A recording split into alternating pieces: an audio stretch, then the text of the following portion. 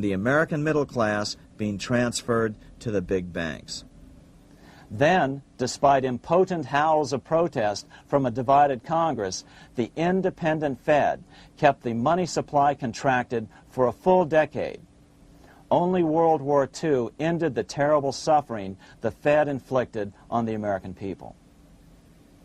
In a depression, the remaining wealth of the debt-burdened American middle class will be wiped out by unemployment, declining wages, and the resulting foreclosures.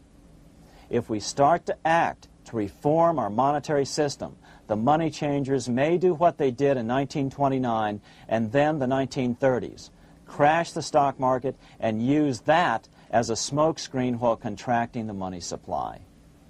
But if we're determined to fight to regain control over our money, we can come out of it fairly quickly, perhaps in only a very few months, as U.S. notes begin to circulate and replace the money withdrawn by the bankers. The longer we wait, the greater the danger we'll permanently lose control of our nation. But some still wonder why the international bankers would want to cause a depression. Wouldn't that be killing the goose that is currently laying all those golden interest eggs? Remember what Larry Bates said at the first of this videotape.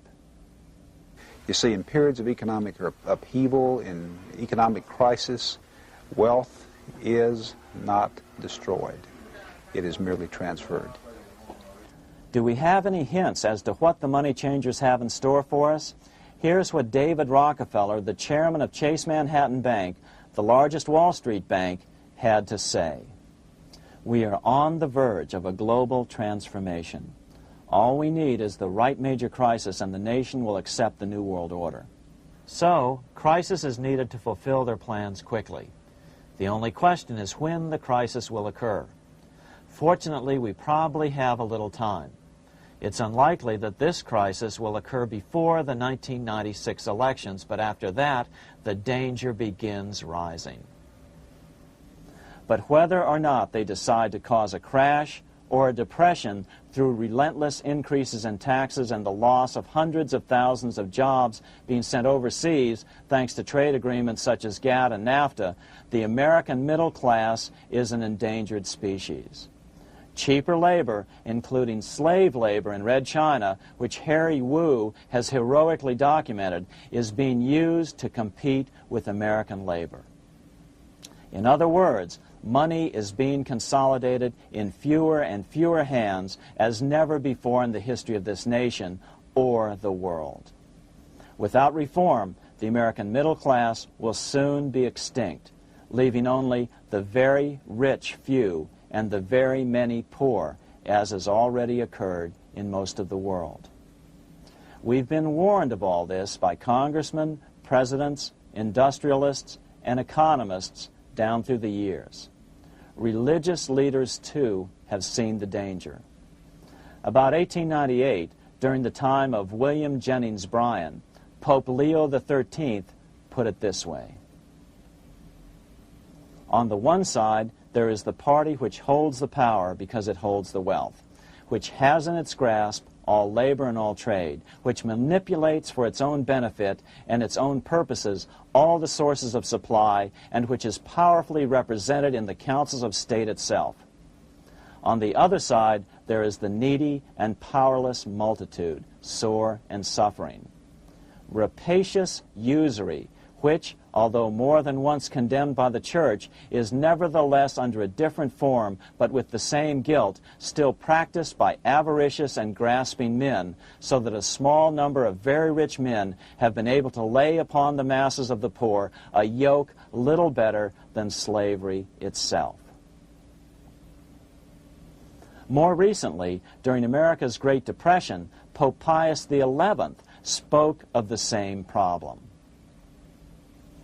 In our days, not alone is wealth accumulated, but immense power and despotic economic domination is concentrated in the hands of a few.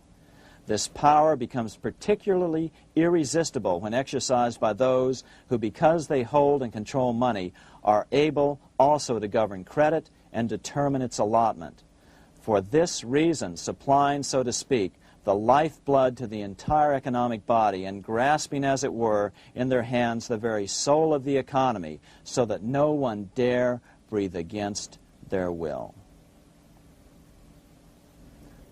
Educate your friends.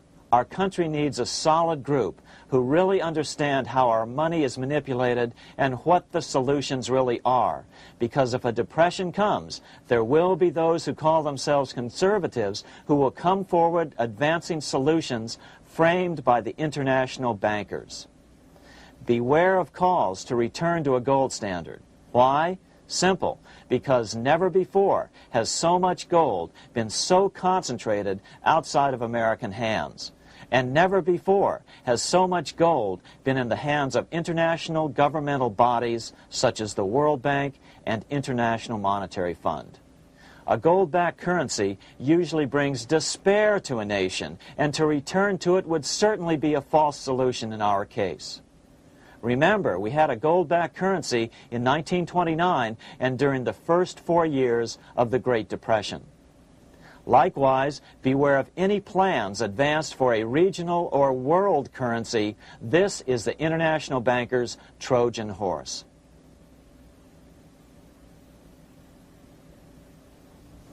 Educate your member of Congress. It only takes a few persuasive members to make the others pay attention. Most congressmen just don't understand the system. Some understand it, but are so influenced by bank PAC contributions that they ignore it, not realizing the gravity of their neglect. We hope we've made a valuable contribution to the national debate on monetary reform. It remains for each man to do his duty, consistent with his state in life. May God give us the light to help reform our nation and ourselves.